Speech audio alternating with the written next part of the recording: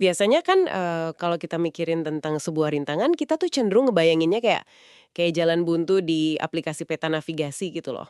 Iya, kayak garis merah tebal gitu ya. Nah, bener. Kamu lagi nyepir, terus ngelihat ke layar, ada garis merah tebal yang ngeblokir rute utama kamu. Otak kita kan secara otomatis langsung memproses itu sebagai fakta absolut, ya kan? Betul, langsung mikir jalan itu udah pasti nggak bisa dilewatin. Tepat. Pencarian rute selesai, dan kita secara otomatis langsung putar kemudi buat nyari-nyari rute lain yang ya lebih masuk akal lah. Dan respon otomatis itu sebenarnya sangat logis sih dari sudut pandang efisiensi kognitif kita. Maksudnya, kita sebagai manusia kan memang dirancang untuk menerima batasan fisik sebagai parameter realitas kita. Setuju. Kalau ada tembok bata gede di depan kita, insting pertama kita jelas bukan nyoba nembus tembok itu pakai dahi kan? Kita pasti bakal nyari pintu atau ya sekedar putar balik aja. Pasti puter balik sih. Tapi gini, pas kamu buka lembaran-lembaran sejarah tertentu, tiba-tiba batasan fisik yang kelihatannya absolut itu berubah jadi ya semacam sekedar saran belaka gitu loh. Oh, saya tahu arah pembicaraan ini kemana. Iya kan? Coba deh, buat kamu yang lagi dengerin, posisikan dirimu sejenak di sini. Pernah nggak sih kamu ngadepin rintangan dalam hidup atau karir yang secara objektif kelihatan mustahil banget buat dilewatin? Yang benar-benar kayak jalan buntu total ya? Benar. Tapi bayangin, rintangan itu bukan sekedar tenggat waktu yang mepet atau anggaran yang tipis, melainkan wujud fisik dari benteng terkuat yang pernah dibangun oleh peradaban manusia. Wow, skala yang beda jauh ya. Jauh banget. Ah, halo dan selamat datang. Untuk kamu yang sedang menyimak, di penelusuran mendalam kita hari ini, kita akan membedah ulasan-ulasan mengenai film aksi sejarah epik berjudul Fetih 1453. Film yang luar biasa ngomong-ngomong. Sangat luar biasa.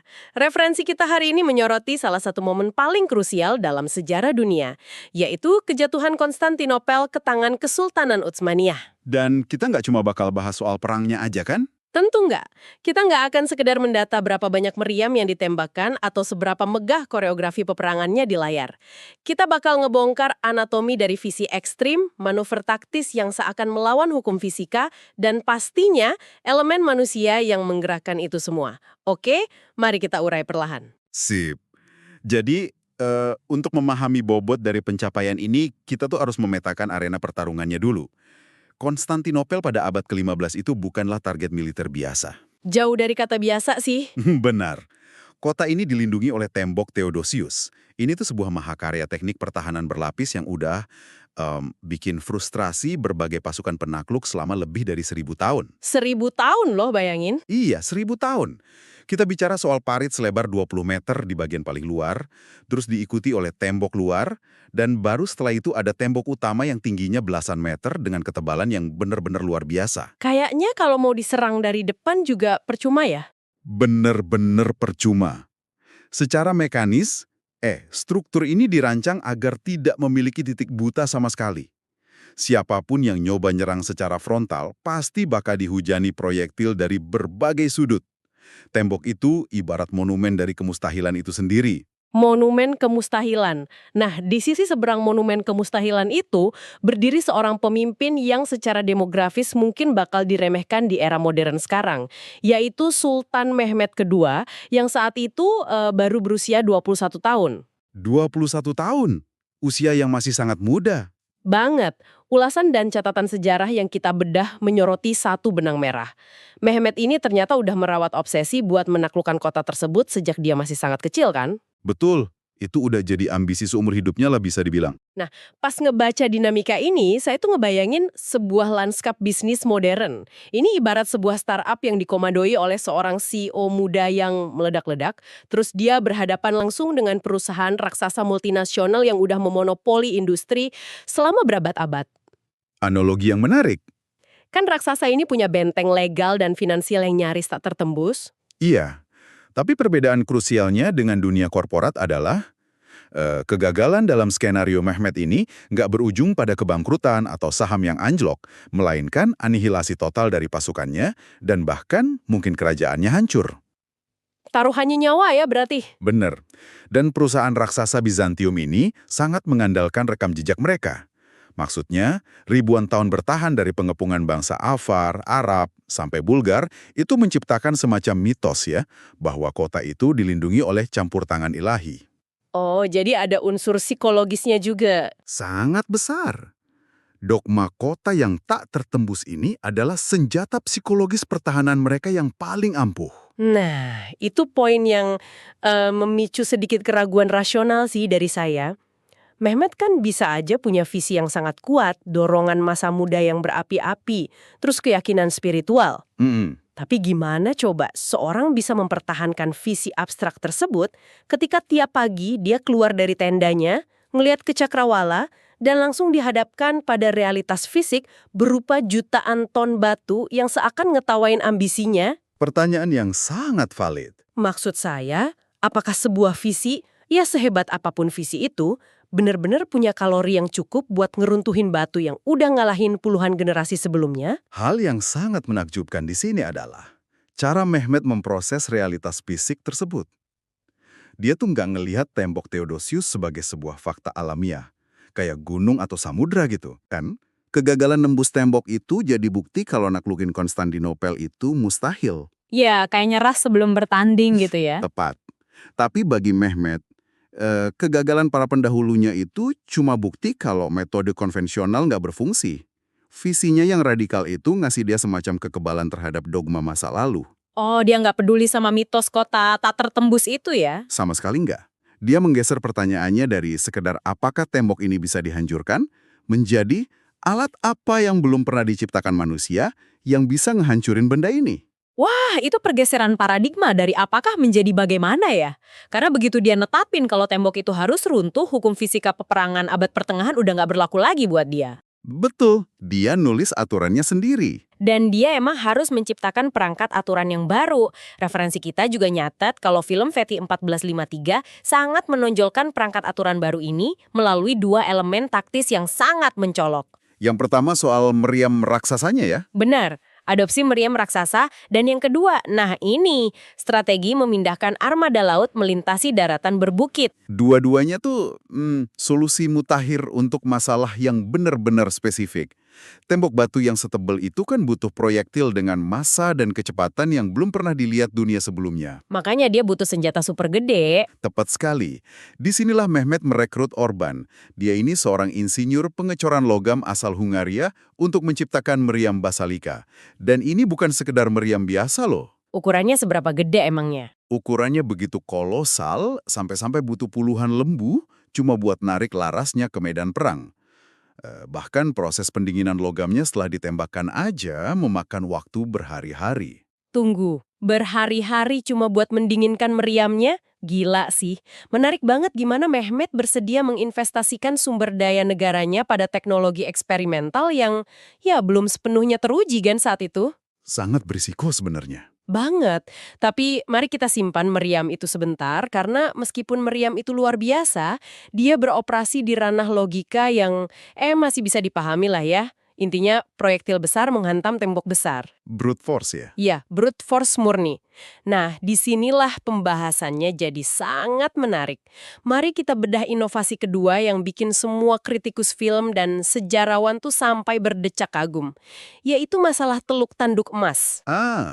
The Golden Horn? Ya, coba visualisasikan ini buat kamu yang sedang mendengarkan.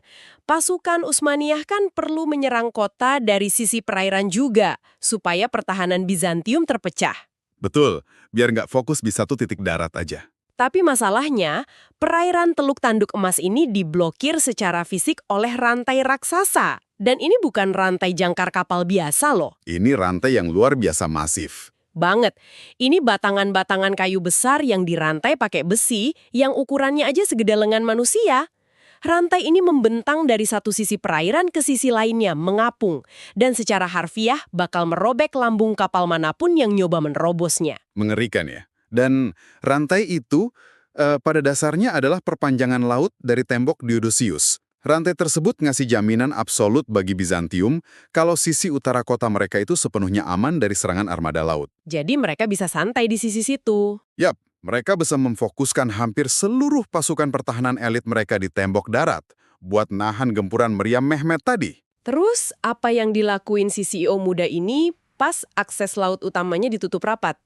Dia kan nggak ngabisin waktu berminggu-minggu buat nyoba motong rantai besi raksasa itu. Jelas enggak, itu bakal makan waktu terlalu lama. Justru dia nyuruh pasukannya buat ngangkat kapal-kapal perangnya keluar dari air laut, nyeret kapal itu melintasi perbukitan Galata yang terjal dan berhutan pada tengah malam, lalu nurunin lagi kapal-kapalnya ke perairan di belakang garis rantai pertahanan musuh.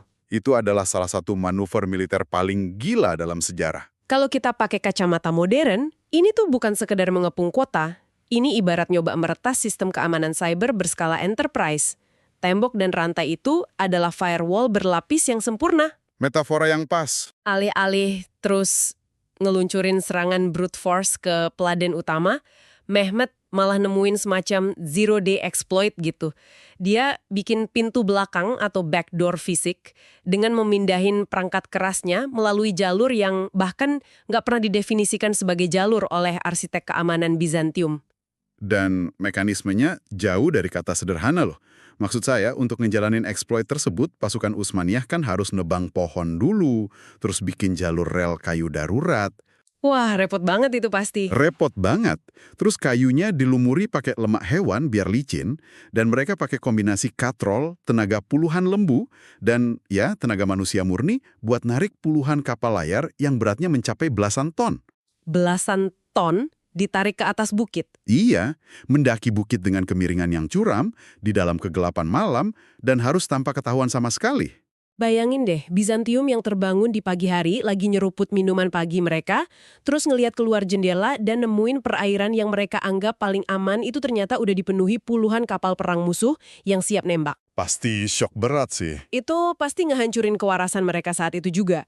Tapi ini ngundang sedikit perdebatan sih dari saya. Kita kan punya meriam raksasa yang secara fisik meremukkan pertahanan kota, ya kan? Betul. Meriam itulah yang pada akhirnya menciptakan celah fisik buat pasukan untuk masuk. Nah, pertanyaannya, bukankah kemenangan ini sebenarnya didikte oleh keunggulan teknologi dan uang semata? Maksudnya gimana tuh? Secara pragmatis, siapa yang punya anggaran buat bikin senjata yang lebih masif, ya dia yang menang.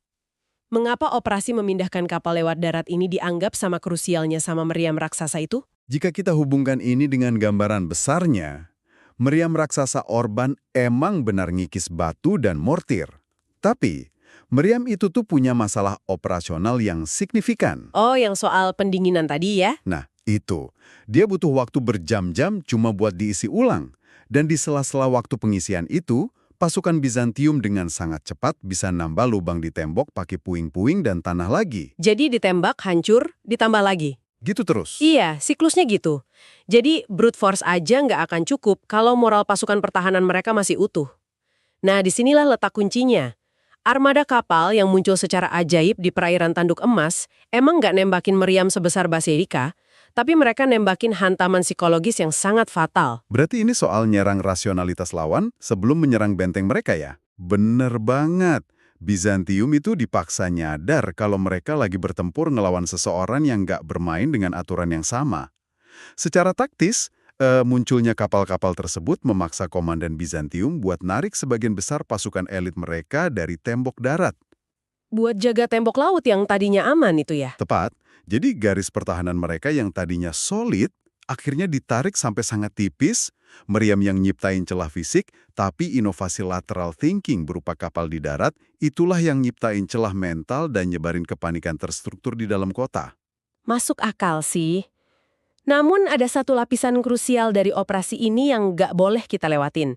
Kita bisa ngomongin soal lintasan kayu berlapis lemak hewan dan meriam seberat ratusan ton sampai besok pagi, tapi cetak biru dari seorang jenius militer kan pada akhirnya cuma selembar perkamen nggak berharga kalau nggak ada otot dan tulang manusia yang menggerakkannya. Setuju.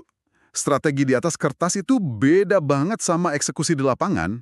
Betul, strategi sehebat apapun nggak punya otonomi sendiri. Kamu nyentuh inti dari mengapa sebuah sejarah militer seringkali terasa hampa sih kalau cuma dibaca dari buku teks. Dan kenapa medium seperti film, ya ketika dieksekusi dengan baik kayak Fetis 1453 ini, bisa ngisi kekosongan emosional tersebut. Jadi apa makna dari semua ini? Ulasan sumber kita secara spesifik menyoroti kalau film ini nggak jatuh ke dalam perangkap jadi kayak film dokumenter senjata kuno doang. Iya, film ini menonjolkan aspek manusianya juga. Bener, film ini nyorot wajah-wajah prajurit yang kelelahan, tangan-tangan yang melepuh karena narik tali tambang kapal di perbukitan Galata, dan hujan panah yang harus mereka hadapin. Ini ngarahin saya pada satu pemikiran. Pemikiran apa tuh? Nyeret kapal belasan ton mendaki bukit yang curam di malam hari itu bukanlah sesuatu yang bisa dipaksain murni ngandalin rasa takut terhadap atasan. Maksudnya, hukuman sekeras apapun kan punya batas efektivitasnya ketika tubuh manusia udah bener-bener mencapai titik mati. Tubuh manusia ada batasnya, jelas. Terus gimana caranya ribuan orang ini bisa beroperasi dengan sinkronisasi seketat itu buat mewujudkan taktik gilanya komandan mereka? Ini memunculkan satu pertanyaan penting, yaitu mengenai anatomi keyakinan kolektif dan kepemimpinan transformasional. Mehmet itu nggak cuma ngasih instruksi logistik ke pasukannya, dia mengomunikasikan semacam narasi kenabian dan nasib historis kepada mereka. Jadi prajuritnya merasa punya tujuan suci gitu? Sangat suci ketika seorang prajurit Utsmaniyah naruh bahunya di lambung kapal dan ngedorong kapal itu ngelawan gravitasi bukit. Dia tuh nggak ngelihat dirinya lagi sekedar mindahin kayu berat. Dia dikondisikan buat percaya kalau dia lagi mindahin roda sejarah peradaban dunia. Wah, ada transfer beban yang terjadi di sana ya. Ambisi abstrak dari seorang pemuda usia 21 tahun berhasil diunduh dan diinternalisasi ke dalam sistem saraf puluhan ribu pasukannya. Metafora yang luar biasa. Kepemimpinan yang sejati emang terjadi ketika visi sang komandan di ruang peta itu berubah jadi obsesi personal bagi prajurit berpangkat paling rendah sekalipun yang lagi belepotan lumpur di parit pertahanan. Kalau mereka nggak percaya, pasti bubar jalan ya. Jelas bubar. Tanpa keyakinan nyaris fanatik kalau apa yang mereka lakuin malam itu bakal mengubah tatanan dunia, puluhan kapal itu nggak akan pernah bergeser 1 sentimeter pun. Tali-tali pasti bakal putus, dan pasukan bakal memberontak karena kelelahan ekstrim. Disinilah elemen manusiawi menjadi katalis yang bikin fiksi teknologi itu jadi realitas sejarah yang nyata. Benar banget, manusia yang ngebuat kemustahilan itu kejadian. Mengamati dinamika tersebut dari lensa modern ngasih kita perspektif yang tajam banget sih. Kan sangat mudah ya buat naruh sejarah di dalam kotak kaca, terus kita anggap mereka cuma sebagai tokoh fiksi di buku pelajaran. Seringnya sih gitu. Teknologi yang didanai dengan berani, terus strategi yang mengabaikan akal sehat, dan ketahanan fisik manusia yang dipicu oleh keyakinan murni, itu tuh ngasih bobot yang sangat nyata.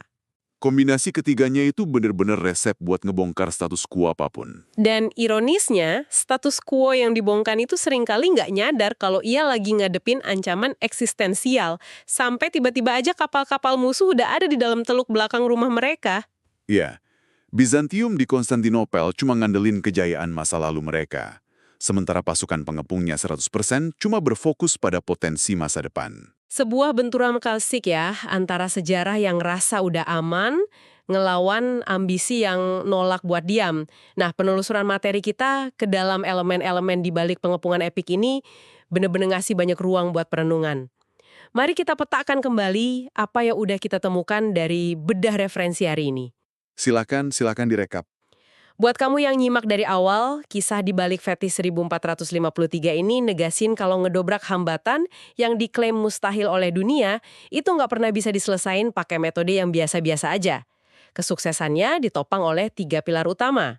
Yang pertama tadi visinya ya. Betul, pertama, sebuah visi radikal yang memperlakukan hambatan absolut bukan sebagai jalan buntu, tapi murni sebagai teka-teki teknis yang harus dipecahkan.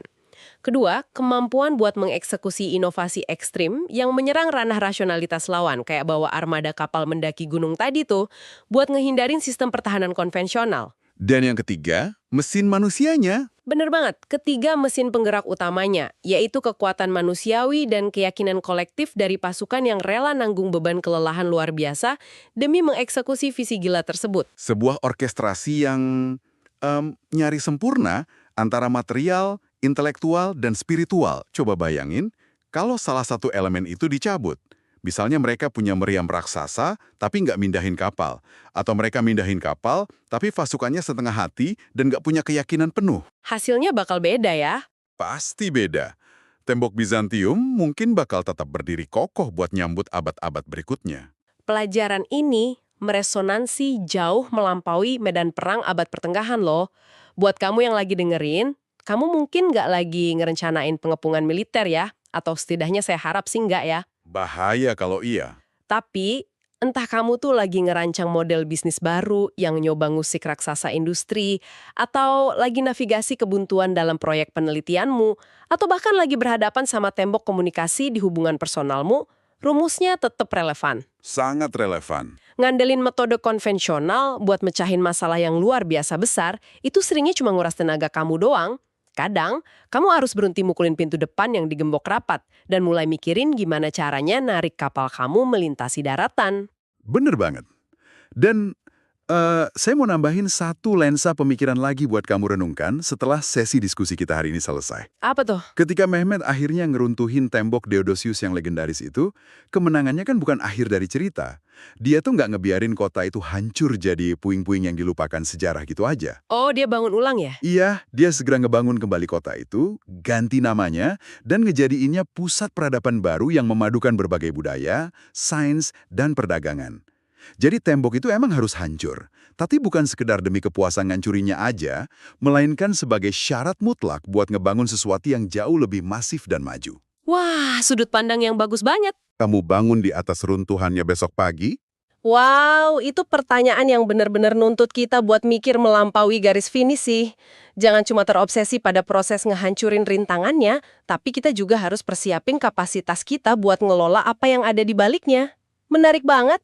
Terima kasih banyak udah nyediain waktu buat membedah sejarah dan strategi bareng di penelusuran materi kita hari ini. Sama-sama, diskusi yang sangat menyenangkan. Pastinya.